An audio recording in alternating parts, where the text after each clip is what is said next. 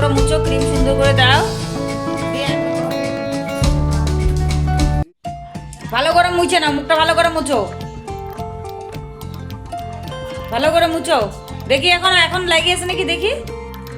না, সুন্দর করে মুছো, মুখটা সুন্দর করে মুছো, ক্রিম সুন্দর করে দাও, দিয়ে একদম ভালো করে সুন্দর করে পরিষ্কার হও।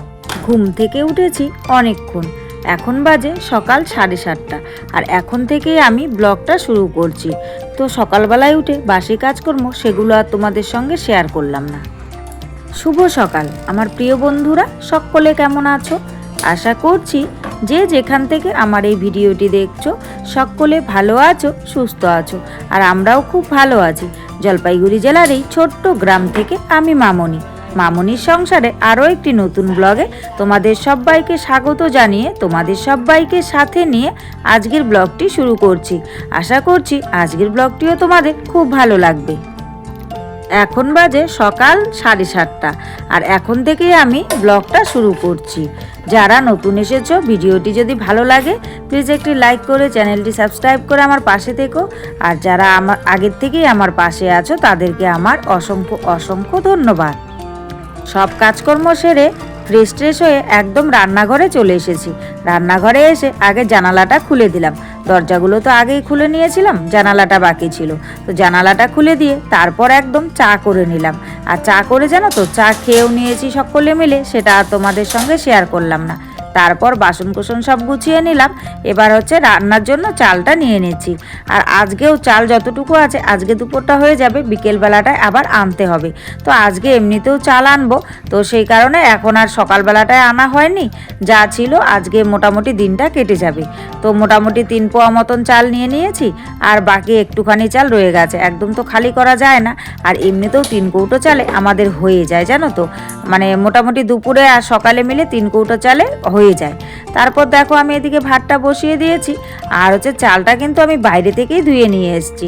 আসলে ঘরের মধ্যে ধুলে পরে জল বেশি লাগে, তো এমনিতেও তো খাবার জল ওই 1 বালতি আনা হয় রান্নার জন্য, খাবার জলের বালতিটা দিয়ে, সে কারণে বাইরে থেকে সব ধুয়ে টুয়ে নিয়ে এলাম।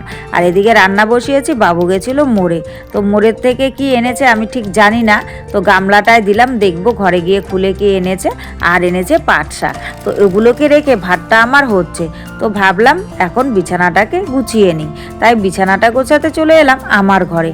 আর জানো তো কয়েকদিন থেকে বেশ ঠান্ডাটা কিন্তু কমেছে, গরমটা একটুখানি পড়েছে, মানে খুব গরম বলবো না, মোটামুটি গরম পড়েছে। তবে দিনটা কিন্তু গরম লাগে, রাত্রিটা আবার ঠান্ডা লাগে, তাই ওই ব্ল্যাঙ্কেটটা গায়ে দিয়ে শুই। তারপর এদিকে এসে পোটলাটা খুলে দেখি যে ওখানে মাংস আছে।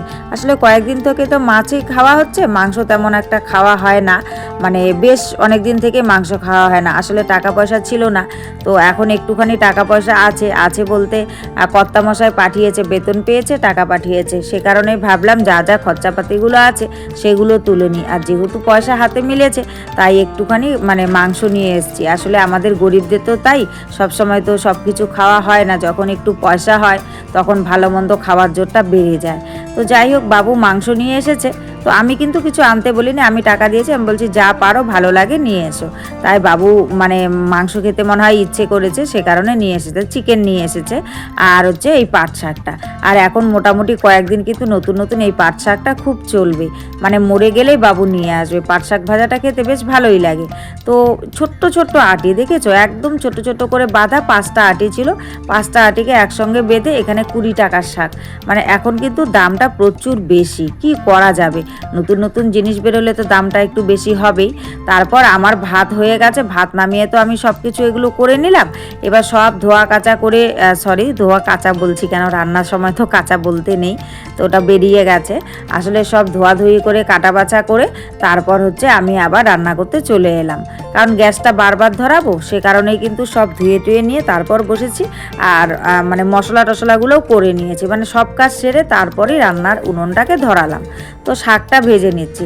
আর জানো তো শাকটা মানে ওই গামলাটা ভর্তি ছিল, এখন রান্না করতে গিয়ে একদম একটুখানি শাক হয়ে গেছে, 5 আটি শাক, তবুও একটুখানি। এটা সকালের খাওয়াতেই চলে যাবে, দুপুরে আর থাকবে না, কারণ 3 জনাই মিলে খাবো, সে কারণেই। তো এদিকে শাকটা হচ্ছে, আর এদিকে মাংসটা দেখো আমি কিন্তু আগে গরম জল দিয়ে ধুয়ে নিয়েছি। আর সাধারণত আমি চিকেন রান্না করলে গরম জল দিয়ে আগে ধুয়ে নিই, তারপর এখানে বাটা মশলাটাও দিয়ে দিলাম। আর সঙ্গে একটুখানি জিরের গুঁড়ো আর একটু লঙ্কার গুঁড়ো দিয়ে দিয়েছি, খুব বেশি দিইনি, সামান্য পরিমাণ দিয়েছি, কারণ কাঁচা লঙ্কা তো বেটে নিয়েছি আর কয়েকটা বেটে নিয়েছি, কয়েকটা চিড়ে দিয়েছি আর কি, আর কিছু পেঁয়াজও বেটে নিয়েছি, আবার কিছু পেঁয়াজ এমনিতেও দিয়েছি। তো ওগুলো দিয়ে ওখানে রেখে দিলাম। তো ভাবলাম আগে আলুটাকে ভেজে নিই, তারপর মাংসটাকে মেখে নেব। আর যেহেতু ব্রয়লারের মাংস, সে কারণেই কিন্তু আগের থেকে মাখানোর কোনো প্রয়োজন নেই।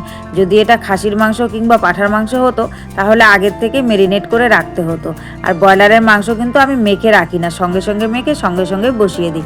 তো আলুটা ভাজা হতে হতে আমি কিন্তু খুন্তিটা দিয়ে মাংসটাকে মেখে নিয়েছি। আর জানো তো, মাংস আমি কখনো হাত দিয়ে মাখি না, আমার কেন জানি না ভালো লাগে না, আমি কিন্তু খুন্তি দিয়েই সবসময় মাংসটা মাখি। তো মাংসটাকে মেখে রেখেছি, আর মাংসটায় কালার আসার জন্য তেলের মধ্যে দিয়ে দিলাম চিনি। সঙ্গে আমি আরেকটা জিনিসও দিই, সেই জিনিসটা আজকে নেই, সে কারণে আর দেওয়া হয়নি। গোটা গরম মশলা ফোড়ন দিয়ে দিই কিন্তু আমি মাংস রান্না করলে পরে। আজকে যেহেতু গোটা গরম মশলা নেই, সে কারণে আর গোটা গরম মশলা দিইনি, শুধুমাত্র তেলের মধ্যে চিনি দিয়ে দিয়েছি। চিনিটা যদি তেলে দেওয়া যায় না, তাহলে মাংসর টেস্টটাও ভালো আসে আর হচ্ছে কালারটাও খুব সুন্দর হয়। সে কারণেই কিন্তু আমি একটুখানি চিনি দিয়ে দিই মাংস রান্না করলে, মাছে আবার দিই না। তো তারপর মাংসটা কিছুক্ষণ কষিয়ে নিয়ে এবার আলুটা দিয়ে দিচ্ছি। আর আলুটা কষানোর সময় দিয়ে দিচ্ছি, কিছুটা কষানোর পর। কারণ কি বলো তো, কারণ হচ্ছে এটা যেহেতু ব্রয়লারের মাংস, বেশিক্ষণ জাল দেওয়া যাবে না, অল্প একটু ঝোল দিয়ে সামান্য জাল দিয়ে নামাতে হবে। কারণ এই মাংসটা তো কষাতে কষাতেই সেদ্ধ হয়ে যায়, তারপর জাল করতে গেলে পরে না টক হয়ে যায়। সে কারণে এটা বেশি জাল করবো না বলে আলুগুলোকে কিন্তু আমি একসঙ্গে ভেজে নিয়েছি।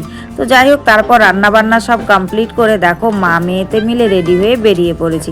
আসলে আজকে একটু বাজারে যাওয়ার আছে, বললাম না কর্তামশাই মানে টাকা পাঠিয়েছে, তো ওগুলোকে ব্যাংকে তুলতেও হবে, প্লাস কিছু কেনাকাটাও আছে, সে কারণে যাচ্ছি বাজারে। আর মেয়েকে নিয়ে যাওয়ার উদ্দেশ্য হচ্ছে মেয়ের একজোড়া স্কুল শু আনতে হবে, তো পায়ের মাপ দিয়ে আনতে হবে, সে কারণেই। তো এরই মাঝখানে আমি বাজারে খরচা ফরচা সব করে নিয়েছি, সেটা তোমাদের সঙ্গে শেয়ার করতে পারিনি। এখন টোটো করে বাড়ি আসছি, তাই এইটুকু রাস্তাটা তোমাদের সঙ্গে শেয়ার করলাম। তো দেখো বন্ধুরা, বাড়িতে কিন্তু আমরা চলে এসেছি। আর বাড়িতে এসে যে কি কি এনেছি তোমাদেরকে দেখাচ্ছি। ওই যে মেয়ে যে জুতোটা দেখতে পাচ্ছ, স্কুল শুয়ের পাশাপাশি কিন্তু এই জুতোটাও আনা হয়েছে। ও এই জুতোটা দেখে পছন্দ হয়েছে, বলছে মা আমি এই জুতোটা নেব, তাই এই জুতোটা কিনে দিয়েছি। সঙ্গে হচ্ছে দুটো পয়লা বৈশাখের জন্য জামা এনেছি। আর ওই যে পাঁপড়টা দেখতে পাচ্ছ, এই পাঁপড়টা মানে কর্তামশাই যেখানে থাকে ওখানে নিয়ে যাব, সে কারণে এনেছি। আর সঙ্গে একটা ফুচকার প্যাকেট এনেছি, তেঁতুল এনেছি, আর হচ্ছে তোমার কি বলবো ওটাকে, মশলা আর কি, ফুচকা মশলা যেটা, সেটাও এনেছি। আসলে যেখানে থাকে না সেখানে ওগুলো পাওয়া যায় না, সে কারণে এখান থেকে নিয়ে যাই। তারপর এগুলো হচ্ছে সার্ফ, হারপিক, মানে বললাম না প্রয়োজনীয় জিনিস। কিছুদিন থেকে খুব টানাটোনার মধ্যে দিয়ে সংসার চলছিল, তো এখন যেহেতু মানে পয়সাটা পাঠিয়েছে, তো ভাবলাম মানে কি বলবো, মানে যেগুলো প্রয়োজনীয় সেই কাজে খরচ করি, তাই মোটামুটি এই খরচগুলো করেছি। আর সঙ্গে আরেকটা জিনিস এনেছি, সেটা হচ্ছে সুপুরি আর হচ্ছে গুন্ডি, যেটা আমি খাই। আমি একা খাই না, মাও খায় আমিও খাই, দুজনাই মিলে খাই, সে কারণে ওটা একসঙ্গে এনে রাখলাম। কারণ হাতে সবসময় পয়সা থাকে না, দোকান থেকে আনাও সম্ভব হয় না, সে কারণেই একসঙ্গে সারা মাসের জন্য সুপুরি আর গুন্ডিটা নিয়ে এসেছি। আর পান তো এনে রাখা যাবে না, এখন অল্প একটু এনেছি, আর 10 টাকা করে দোকান থেকে এনে খাওয়া যাবে। আর আমার মেয়েকে দেখেছো, এই জুতোটা পরে হাঁটছে, বললো একটু হেঁটে দেখি হাঁটতে পারবো কিনা। তো হেঁটে দেখছে, বললো না মা জুতোটা বেশ ভালো হয়েছে, হাঁটতে পারছি। আর এই দুটো জামা এনেছি। আর কি বলো তো, জামাগুলো দেখতে গিয়ে মনে পড়লো মেয়ের জন্য দুটো প্যান্ট কিনেছিলাম, হট প্যান্টগুলো। তো প্যান্টগুলো না দোকানেই রেখে চলে এসেছি, জানো তো, মনে নেই, পরে তাড়াহুড়ো করে এগুলোকে রেখে আবার চলে এসেছি বাজারে। আর বাজারে এসে মনে পড়লো আমি তো একটা বটিও বানাতে দিয়েছিলাম, ওই দোকানে, বটির দোকানে এলাম, এসে কিন্তু বটিটা নিয়ে নিয়েছি। আর কি বলো তো, তারপর দেখো একদম সন্ধে হয়ে গেছে, তারপর আর কোনো ভিডিও তোমাদের সঙ্গে শেয়ার করতে পারিনি। তো বললাম না আজকে কিছু মানে বেশ কিছু বাজার করার আছে আর কি। তো এবার পাড়ার দোকানে গেলাম, গিয়ে এই খরচাগুলো নিয়ে এলাম, যেগুলো নিত্য প্রয়োজনীয় লাগবে।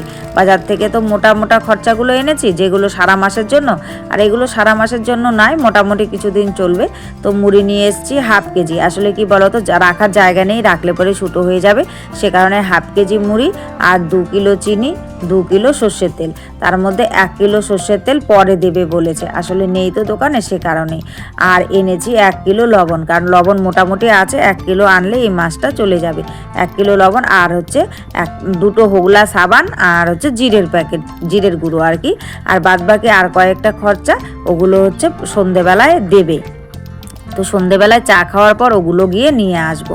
আর দুটো হোগলা সাবানের মধ্যে একটা বাড়িতে রেখে যাব আর একটা কর্তামশাইয়ের ওখানে নিয়ে যাব। খুব বেশি আনিনি, কারণ হোগলা সাবান তো সবসময় লাগে না, সে কারণে। তো যাই হোক বন্ধুরা, সব মিলিয়ে আজকের ব্লগটা তোমাদের কেমন লেগেছে অবশ্যই কিন্তু তোমরা কমেন্ট করে জানাতে ভুলো না। আর আজকের ব্লগে যদি কিছু ভালো লাগে তাহলে প্লিজ একটা লাইক করো, কমেন্ট করো, শেয়ার করো, আর আমার চ্যানেলটিকে সাবস্ক্রাইব করে এভাবেই আমার পাশে থেকো। সকলে ভালো থেকো, সুস্থ থেকো, তোমাদের পরিবারের সকলকে নিয়ে ভালো